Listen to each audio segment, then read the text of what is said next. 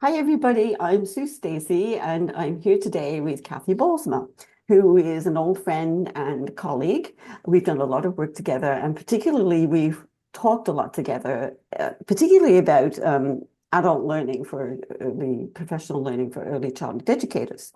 And so Kathy is a registered early childhood educator. She works in a kindergarten program in Ontario, mostly outdoor program.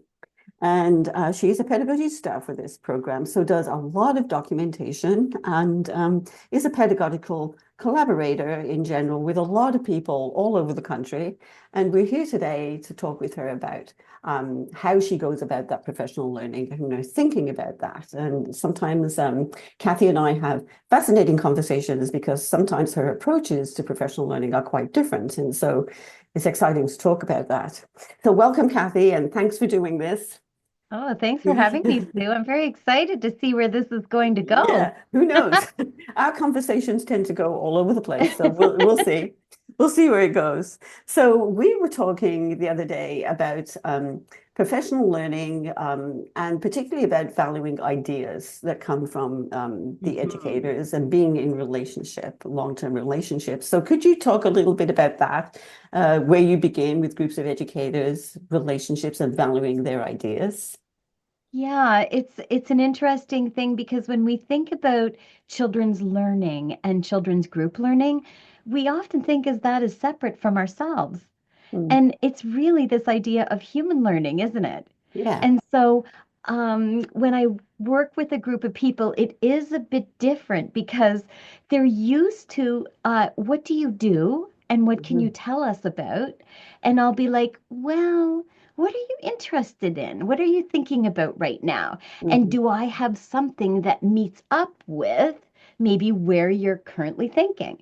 And so that's a bit of a different approach in the very beginning, and people aren't sure kind of what to do with that. So it takes them a little while to get to know me. And Yes. then and then we sort of tentatively come together and say, do we have something that we could look at together? And I liked what you said when it's where does it begin? And it begins with how do I view the child and learning, and how do they view the child and learning? And first, we need to think and talk about that because often there's these vast differences. And then I recognize, oh, there's some bridges we need to build before we can actually do research together. So Yeah. we have to come to some sort of common ground, I guess, is the Yeah. first sort of thing. Mm. Um, but one thing, this idea of valuing ideas. We're often, as we think about children learning and as educators in learning environments, we're often looking for something that we think we already know. So we're looking for, if we're in a place where we're looking at assessments, so is this child doing okay in relation to the other children around? I've seen these ideas before because I've been with toddlers for 15 years. Mhm. So this is not the view of the child that I would have or would think about because we want to look at spaces where children are generating ideas, and this is what we want for educators too. And so I use pedagogical documentation as a way to be able to listen deeply to the ideas that educators are sharing. And when I go into an experience with a group of educators, I'm with them. I'm one of them. I certainly have some knowledge or experiences to share with the group, but the group itself has these beautiful things to offer. And so, as a pedagogical collaborator, one of the things I do is I hear their ideas, I write down their ideas, I value the contributions they make, and then I synthesize it and I bring it together so that the group sees this beautiful collective knowledge that they already have.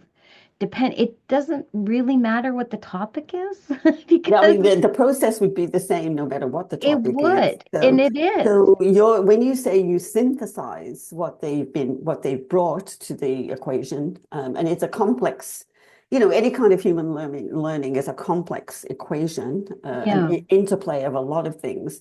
But when you're synthesizing, are you synthesizing that through documentation? Mhm. Is that your tool that you're using? So it's certainly a part of that process. So we had talked a little bit previously in our conversation about this idea of research. And so when I'm with a group of educators, we want to take on that stance of research. And from that perspective, we have questions. And those questions are what drive our learning and our thinking. And so, phrasing or framing our questions so that they're generative, so that there's not a right or wrong answer.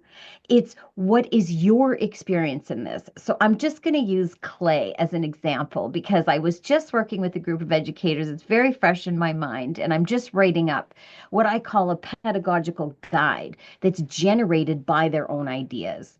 So, the questions are things like, how are you sensorially experiencing the clay? And they say, and there was a group of 8 of them, they say all these different words.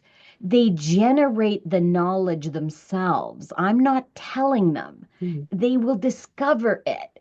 And I think that that's a key factor is that educators, where do we get to discover things for ourselves? And then we get that feeling that children get as they make meaning in the world, as they discover through their own curiosity.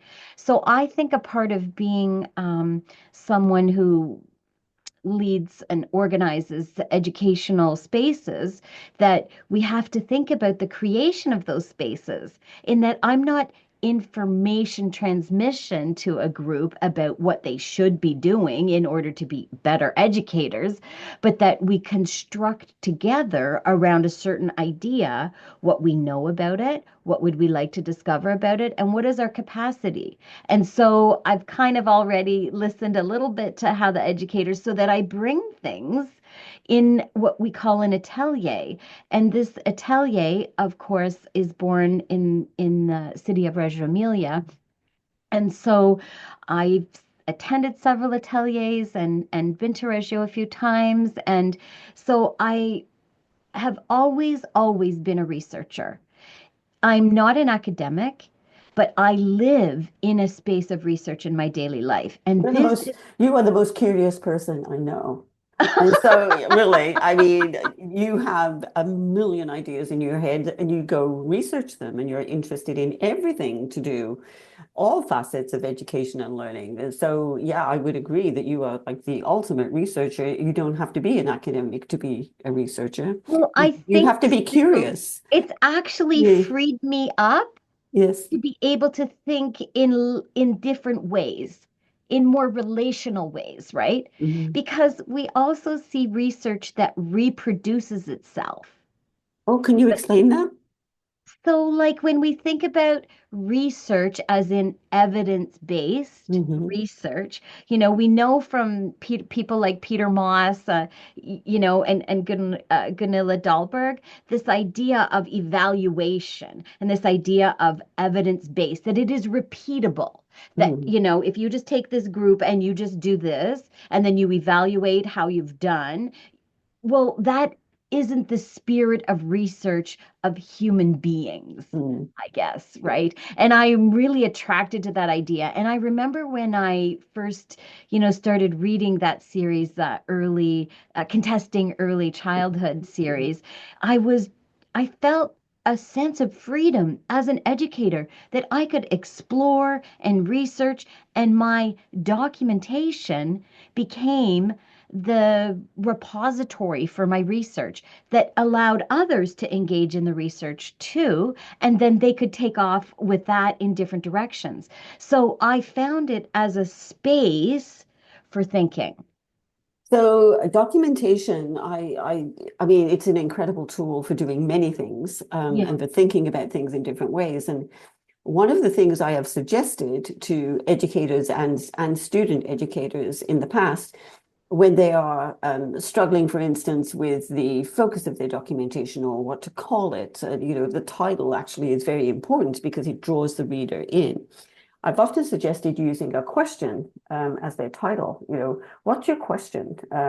What are you curious about? And can you use your documentation around that question? And then it becomes almost a piece of research. And I find in my own experience, people have a hard time, and it doesn't matter how experienced they are. They have a hard time formulating a question. I think maybe in the past, maybe they haven't been asked to do that very often, and they haven't practiced the sort of curious mind. What am I curious about? What is my question about what the children are doing? And I find people struggle with that a little bit. Have you come across that? Oh, absolutely. And that Mhm. is always when we look at the view of the child and we start to understand each other a little bit about that, then we move on to, well, what could we be curious about as a group? Because Mhm. also there's the individual curiosities, Yeah. but then there's the group curiosity. How could we all live in that? And I think one of the ideas around documentation is in my own experience, I tend to work from the place of the question.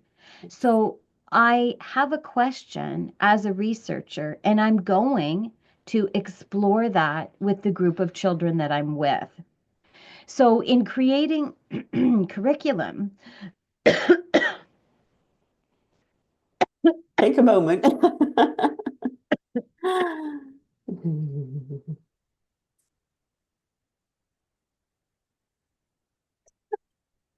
of course that would happen. Um, so in creating curriculum together with the children, we often feel like we have to document everything. Yes, yes, that's true. We and And we need to people, pick. people who ask me what to document, because there is so much that we could document. It's impossible, to document everything, and so we have to make a choice, and that's where our voice comes in, is in making a choice about what to document. And so I often ask people, well, what fascinates you about this? So what puzzles you? What's your question? And that's where people, if I ask people to raise a question about their own documentation or someone else's, that's where there's a sort of a it's a stumbling block. And I think as educators we need to practice that more. The I asking of agree. questions. I was just speaking with a kindergarten teacher recently about how we can move through so many experiences and we don't slow down enough. Like I remember Carol Ann talking about, Mhm. documentation holds that moment Yes. so that we can study it. And this is the part that we need to, I think, work with groups Mhm. to be able to use documentation to study with. Yeah. It And is it so is a form of we all, are familiar with the phrase or the idea that documentation is a form of reflection, but if we think of it as a form of study, that's a different it mindset. is because Yeah, study informs our next step, yeah. right? Reflection, sometimes that word reflection, I feel, means it ends. Mm-hmm. I reflect, here's my idea, we're done. Mm-hmm. Whereas I believe that documentation, when we study it, it's that flowing piece that moves us into the next experience, into the next encounter, right? Yeah. And so when we do that with educators, they start to see the value of how this can work with children. So can you describe a typical just to all the things that you've been saying about how you work with educators and how you document their ideas, their prior knowledge, their thinking? Can you just describe if you were doing, let's say, you're doing a series of workshops with a group of educators. None of us anymore do sort of one-shot workshops. We always aim for the relationship, the long term. Let's say you're working with a group of educators in a session, whatever that would be, whether it's in person or online. How would this play out? I mean, I know that you use ateliers and materials a lot. So how would a session play out in terms of what they do and what you do? Can you describe that a So little I'll bit? I'll just go back to the one I just did on clay because Yeah. it's just so fresh in my mind. Um, so when we begin, we talk about what is your personal experience with this, Mhm. and I write these ideas down. So I understand. So I only work with groups of 10 or so, Mhm. um, because I need to hear everyone. And so this is part of this long-term sort of building a relationship with each other. So at the very beginning of the session, we find out what do we know? What do we know together? And then I bring an idea and I share the idea with them. So for instance, with clay, we wanted to do some explorations of clay. And I'm really particular in what I want them to explore. It's not a freedom. It isn't you don't get to do whatever you want. That's not how it works. So, this is often, I think, one of the things that happens with the idea of emergent curriculum and children that are in spaces where educators are supposed to be looking for what the children are interested in, is they think the children just can do whatever. Well, no, no, there's certain things I have that I can bring to you, just like you as an educator have things that you can bring to the children. And so I usually use certain types of tools, like I create documentation tools that go along with the session. So, for instance, with the clay one, explorations, I'll ask them very specific questions. What words are being generated in your mind as you work with the clay? Boom. And I expect them to write those down, and I will go and I'll make sure they do. And then I take all of those words together. This is one example. So we may work through, maybe 5 different questions, sort of our perceptions of it, our sensations of it, how it's formed, because I'm trying to take them beyond what they might already know about clay. Then we look at what does the group know about it?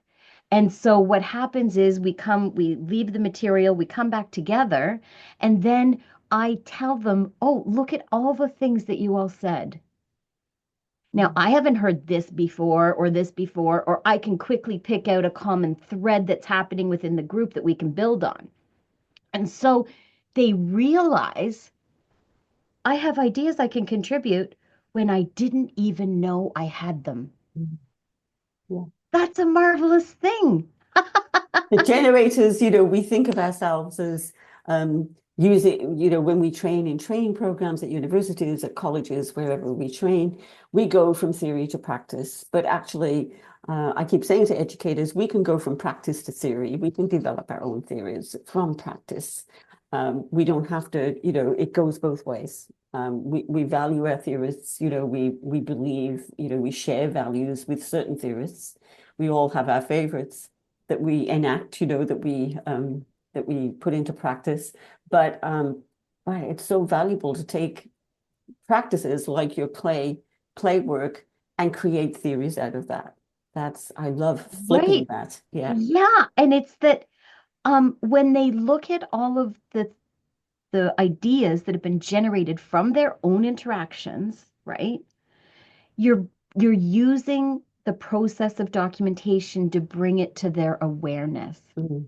Now they will not look at clay the same way. Mhm. And this is what we're looking for is transformed thinking about materials so that when they go back to be with children, all of a sudden they hear children say words and they have that experience of generating words through their own just using their hands, say.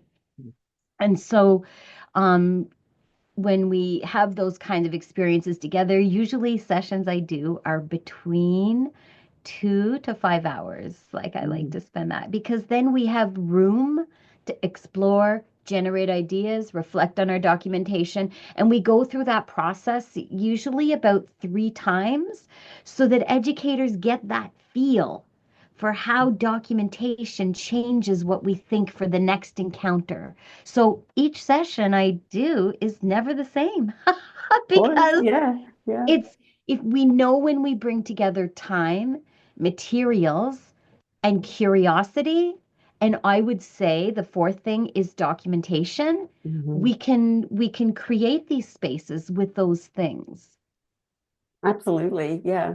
And your work with these educators might not be um, intended to focus on documentation, but maybe it's intended to be about their image of the child or their relationship with materials or whatever the focus is for the intended focus for the session. I'm sure that they go away knowing about the value of documentation because you have brought it back to them. I remember It's you doing always that. present, isn't it? Yeah, it's It's always either it's I'm using intertwined. it to share my Yeah, image of the child, yeah, or they're sharing yeah, theirs and we can see what their image is. Like yeah, it is. It's always present, I find. yeah. And you were saying to me earlier when we were talking before this session, you were saying that you use documentation as well for your own learning when you look back. Um, it's it tells you for me, I can relate this to my own experiences because I use a sketch notebook. So when Right. a Yeah.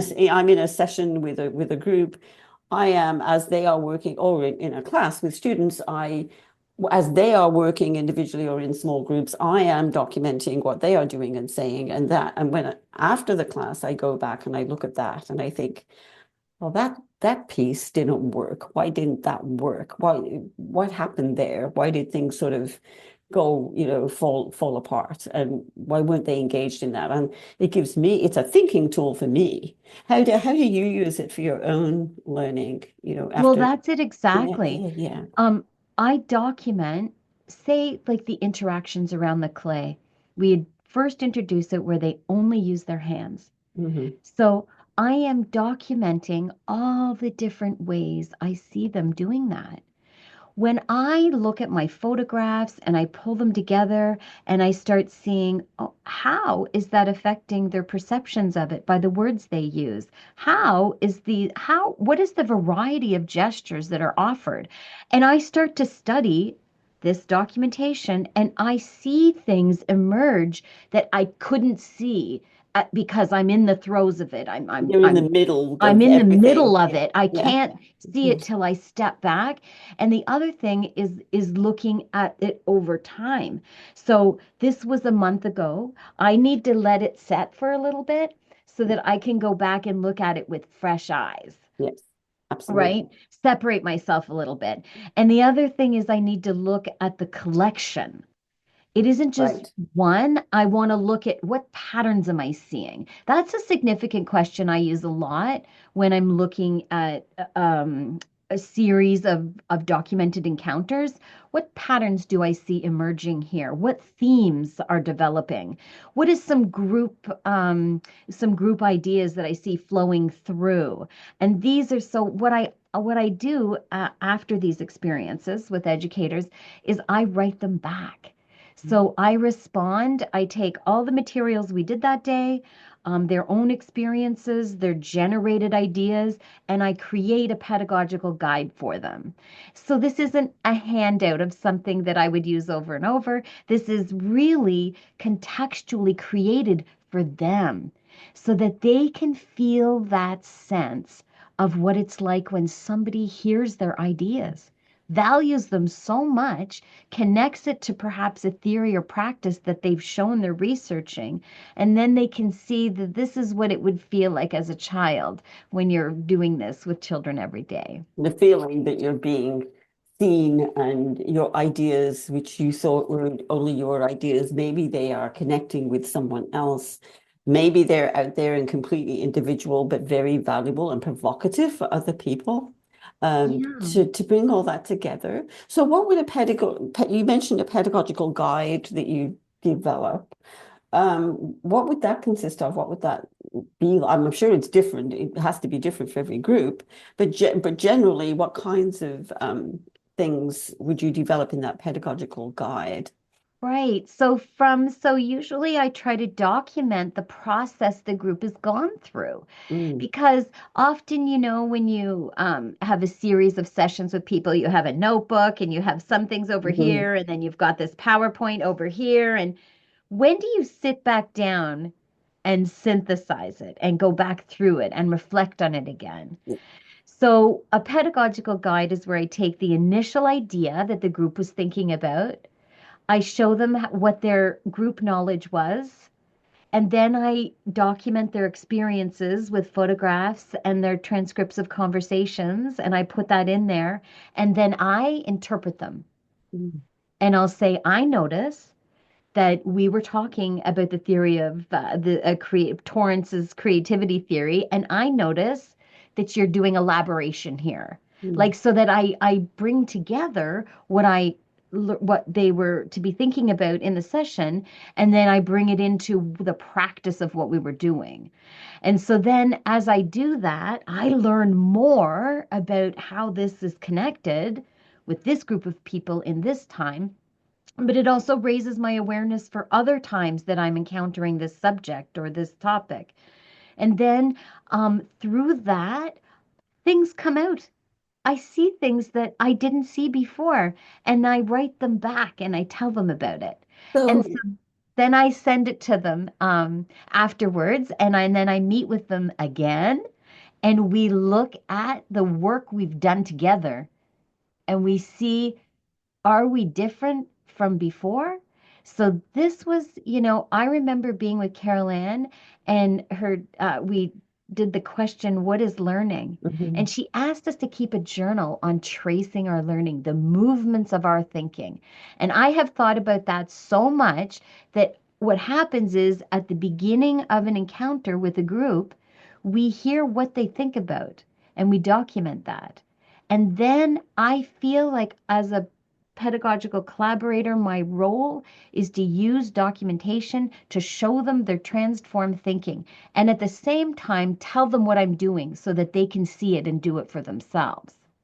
That's important because often educators are left with, even if they've had 2 or 3 sessions with the same person, the same collaboration with this person over a period of time, eventually they are on their own. That person Well, yeah, isn't embedded in their program, and so unless you're fortunate enough to have a pedagogical leader on site, which doesn't happen very often in Canada. that's right. And so they are eventually, however long it takes, are going to be on their own, and they have to be able to use this learning in their setting.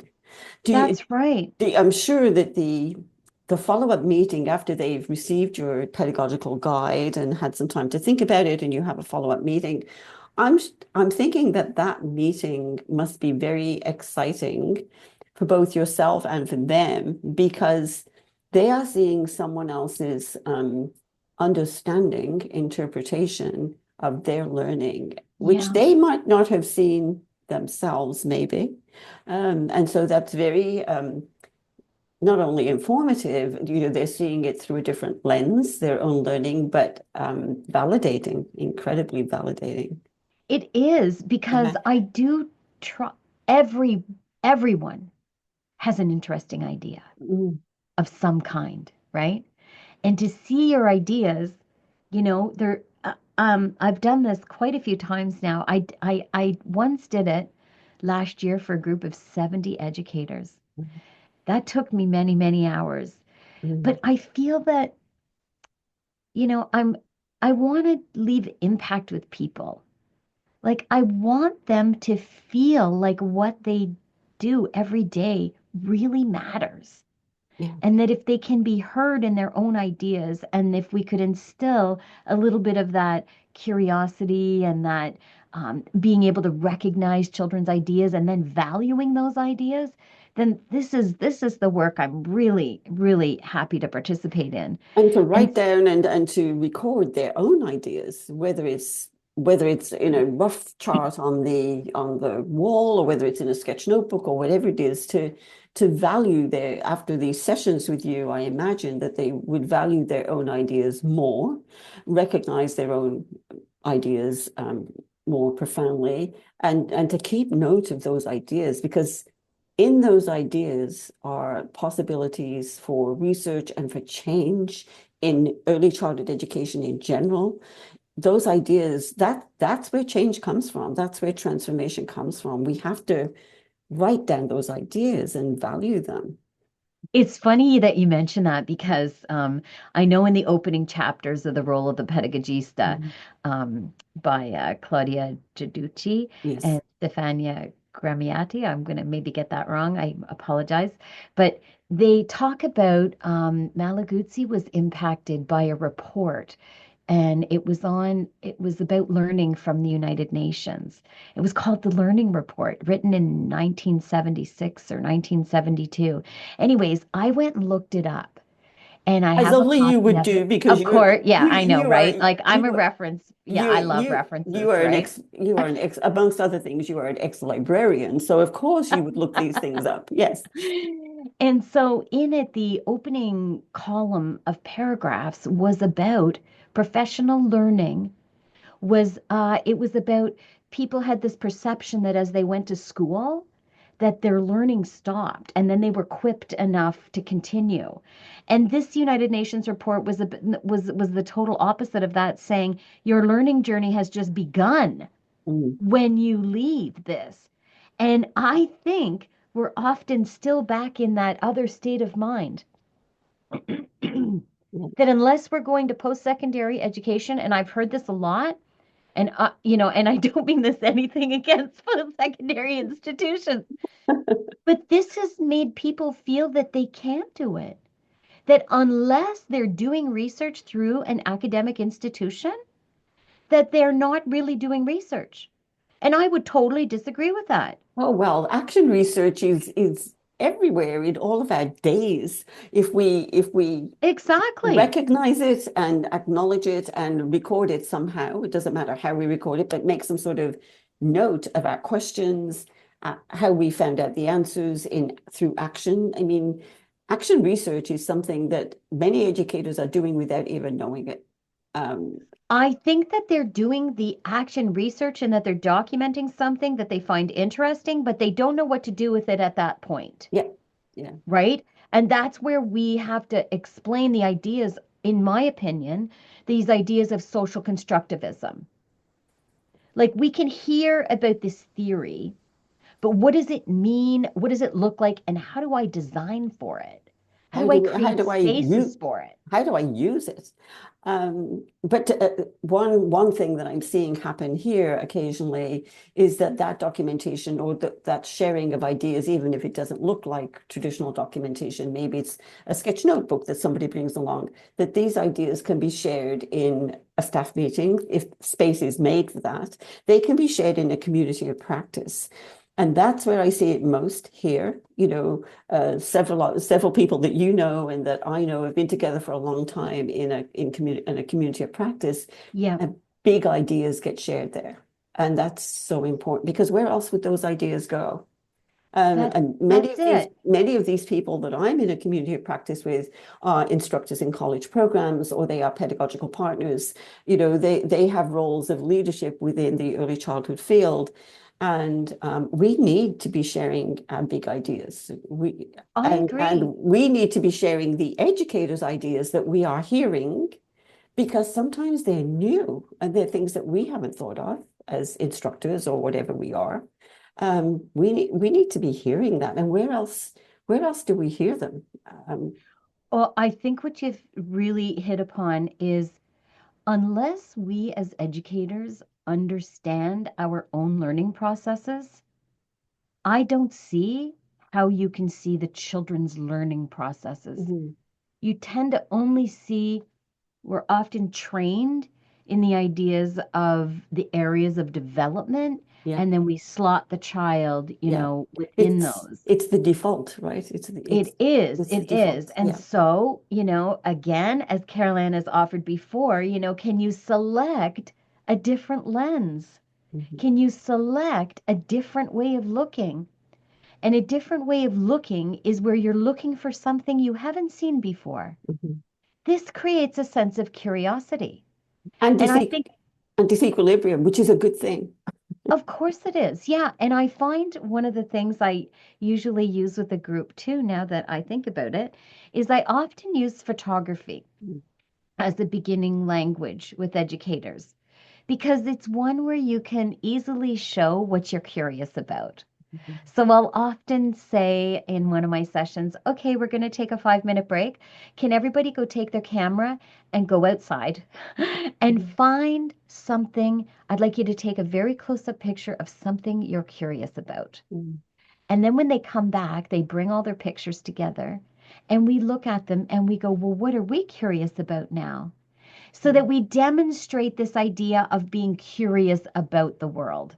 And we just take those and we apply those in our settings, in our Which context. is the child's lens, being curious about the world and how it works, and which we tend to, as adults, have lost. We've Well, it is. And the yeah. other thing is that this wide perspective we have, we're not really focusing on specific things.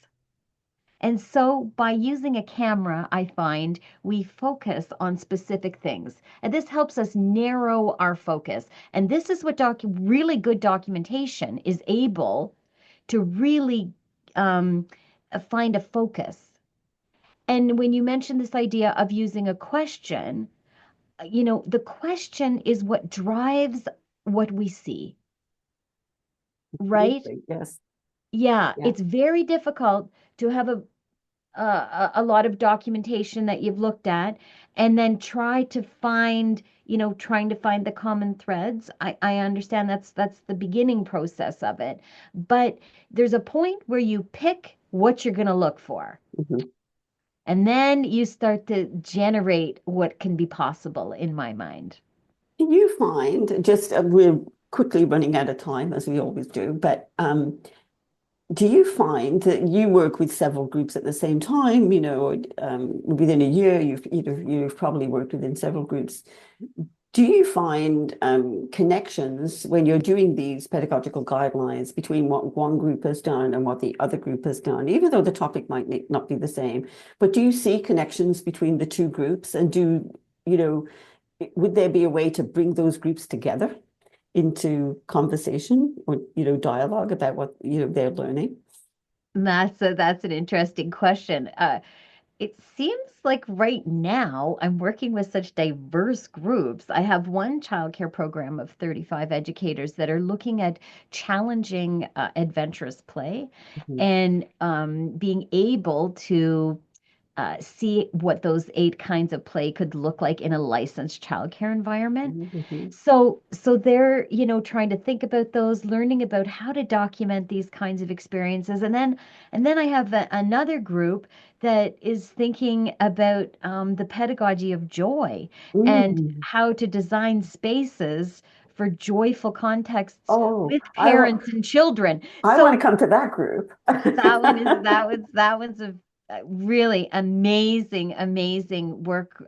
So we're looking at building ateliers Mhm. that use 10 different design elements that promote joy within humans. So, you know, there's such different what they have in common is the way of working. Yes. So I do want to just mention that in spaces where we have large groups, I usually find pedagogical mentors or Mhm. pedagogical leaders, like you'd Yes. mentioned. Yeah. And I work with those groups in slightly different ways. Mm. So I will be explaining to them what I'm doing with the educators so that we're always working at the 2 levels, this metacognition of the learning that's happening within the groups I'm creating for educators. So it's very intense work as you try to always operate at these 2 levels Mm. and be explaining and teaching that initial group what you're doing with until they feel, and it takes a few years of being Yes. together. Like Yeah. some organizations, I've been with them for 3 years and we do like a little bit together and then they take a break and they try to solidify that in their practice and then I come back and then Yeah. we work some more together. So these are not one session deals like you No. say. These are long-term relationships that when people understand the changes that can take place within that, they find that they can't wait to do it. It's And a how very exciting wonderful. way to work. Yeah, it's very exciting. How wonderful for them to have someone like you over a long period of time to reflect back to them the growth of their thinking and their Yeah. ideas and their research. So Thank you, Kathy, so much. I know we could talk for another hour or two easily, but I apologize for the coughing. I'll be the oh, only one who's done that so far. there's always going to be something. So There's going to don't, be something. there's always going to be something. So don't worry. People know that these are authentic conversations, They are unedited. So authentic. we will Absolutely. be ready for anything. So thank you for your insights. You've given us lots to think about. For those of us who work with adults in different ways, I think there's lots there for us to think about. And I will gather some questions from people in my community of practice who have listened to this, and maybe we'll come back to you for Oh, more wouldn't things. that be so For interesting? more thinking together. Yeah. Okay. So thank you. And we'll see you next time. Thanks, Kathy. Thanks so much, Sue.